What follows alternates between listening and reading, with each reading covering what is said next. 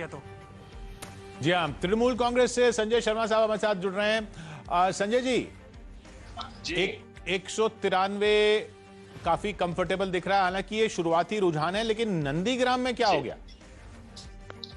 नंदीग्राम के भी अभी शुरुआती रुझान है, और नंदीग्राम में मैं आपको बता दूं कि अभी बहुत इस नदी से बहुत पानी बहना अभी बाकी है, और थोड़ी देर में आप देखिएगा कि नंदीग्राम से भी कंफर्टेबल मेजोरिटी के साथ दीदी आगे निकल जाएंगे। लेकिन एक मौजूदा मुख्यमंत्री के लिए किसी भी राउंड में पीछे होना, ये अपने किसी भी राउंड में, या एक ही राउंड में पीछे हो, ये अपने आप में एक झटका तो है। इसे आप झटका कह सकते हैं, लेकिन हम लोग इसे इस तौर पर देखते हैं कि दीदी ने नंदीग्राम से चुनाव लड़ने की बात करके और चुनाव में संग्राम करके एक जो चीज साबित की है, वो जब इसका पूरे रिजल्ट आएंगे तब आपको मालूम पड़ेगा, और मैं आपको तब विस्तार से और बताऊंगा कि नंदीग्राम से चुनाव लड़ना बंगाल की राजनीति में क्या मायने रखता था, और नंदीग्राम में जो प्रोपेगेंडा वार चला है भारतीय जनता पार्टी ने और शुभेंदु अधिकारी जी ने, उन सारी बातों को निचोड़कर जब ये सीट जीत कर दीदी निकलेंगी, तब इसके क्या मायने निकलेंगे बंगाल और देश की नजर में, ये तब देखने वाली बात होगी। अच्छा, एक बात बताइए मुझे, आप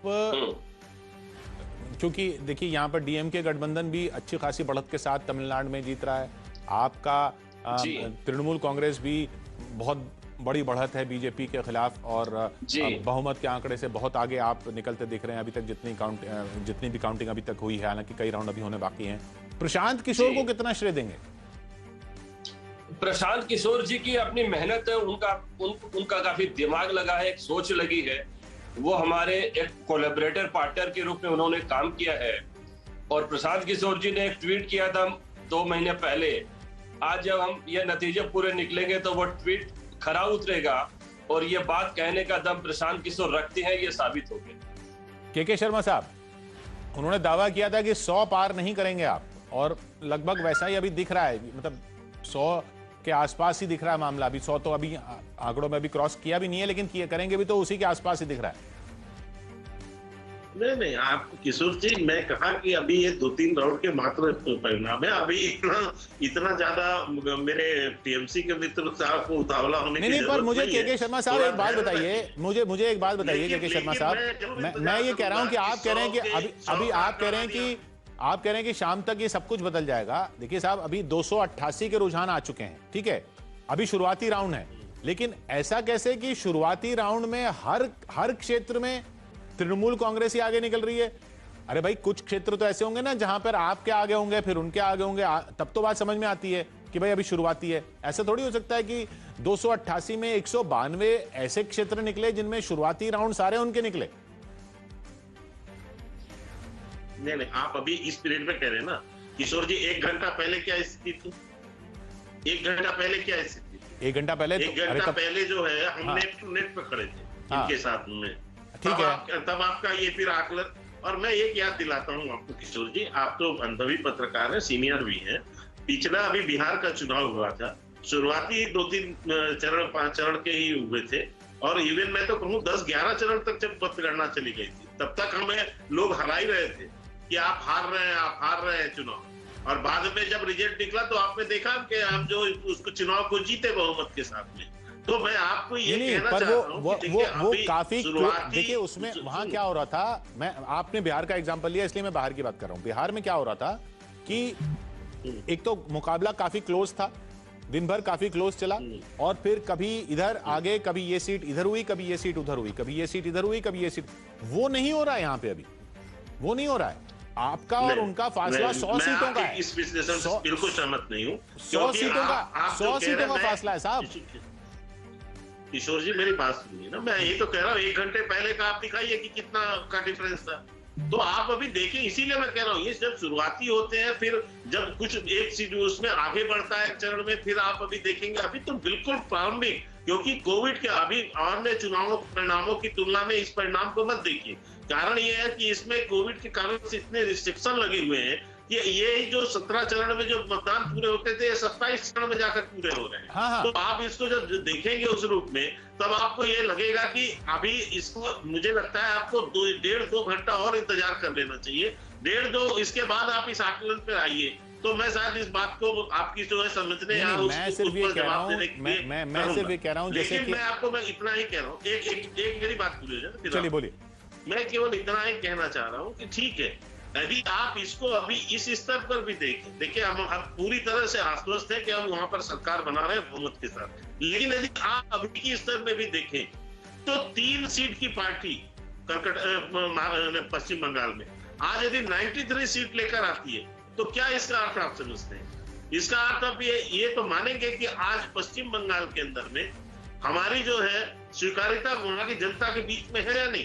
3 से लेके हम 93 हाँ, तो उस पर कोई सवाल नहीं कर रहा साहब, हम खींच भी रहे, उस पर कोई सवाल नहीं कर रहा, उस पर कोई सवाल नहीं है। मैं तो संजय शर्मा जी को भी मानना पड़ेगा। ये तो संजय जी, ये तो आप भी मानेंगे 3 सीट की पार्टी थी, 93 पे पहुंची है अभी। ये बात सही है कि 2016 में 3 सीट की पार्टी थी, वही पार्टी लोकसभा चुनाव के बाद 200 पार के दावे करने लगी थी और गृह मंत्री जी ने बहुत बार ऐसे दावे किए हैं। अब जब अभी तक के आज के जो चुनाव परिणाम, जो रुझानों सामने आए थे, अभी शर्मा साहब कह रहे थे कि बहुत कुछ चेंज होना बाकी है। शुरुआत में जो रुझान आए थे उसमें हम लोग बराबर में चल रहे थे, यहाँ तक कि भारतीय जनता पार्टी 120 सीट तक आ गई थी रुझानों में, अब वो 100 के नीचे चली गई है। इससे इनको ट्रेंड समझना चाहिए कि ट्रेंड इनका 100 के नीचे और काफी नीचे जा रहा है। और जहां तक 3 सीट वाली पार्टी की बात है, इन पर वो बात लागू होती है, इनको अपनी जमीनी हकीकत पता नहीं थी और इनके जो हालत है, मतलब उस आदमी की तरह है जिसको रिवॉल्वर के लाइसेंस चाहिए था और उसने तोप का लाइसेंस के लिए अपील कर दिया था। अब जब इनको तोप का नहीं मिल गया, रिवॉल्वर का भी नहीं मिल रहा है, तो ये कहते हम तो 3 सीट की पार्टी थी। पार्टी ऐसे नहीं होता है।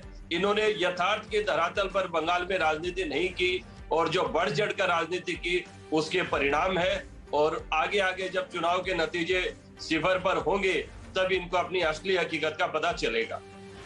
खैर, मैं आऊंगा के शर्मा जी आपके पास, लेकिन इस बीच एक बड़ी खबर आ रही है। दिल्ली में वैक्सीनेशन से जुड़ी ये खबर आ रही है कि दिल्ली सरकार ने 18 से 44 साल के लोगों के वैक्सीनेशन की तैयारी कर ली है। 45 से ऊपर तो अभी पहले ही हो रही थी। कल से दिल्ली के 77 सरकारी स्कूलों में 18 से 45 साल के लोगों को वैक्सीन लगाई जाएगी। 18 से 44 साल के लोगों को। दिल्ली सरकार का कहना है कि स्कूलों में वैक्सीनेशन सेंटर इसलिए बनाए गए हैं ताकि टीका लगवाने वाले लोगों की भीड़ को संभाला जा सके और संक्रमण के खतरे को कम किया जा सके। दीपक रावत हमारे साथ जुड़ रहे हैं। दीपक, क्या पता चल रहा है इस खबर के बारे में?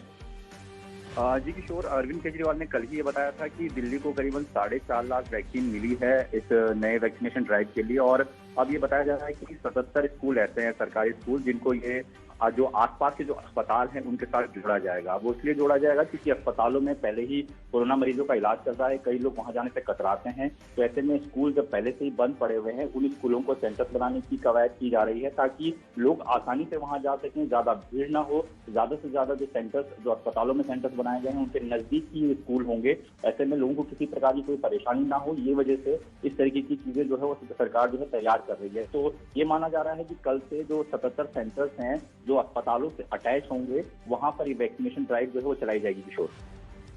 और आप कह रहे हैं कि ये अच्छा, ये सिर्फ 18 से 45 तक के लोगों के लिए या 18+ सभी के लिए है कि जो जिनका जैसे 45+ जो हैं और जिनका सेकंड डोज लगना है या फर्स्ट डोज भी लगना है, वो भी क्या इन स्कूल वाले सेंटरों में जा पाएंगे या उनके लिए अभी वही पुराना वाला ही सिस्टम है?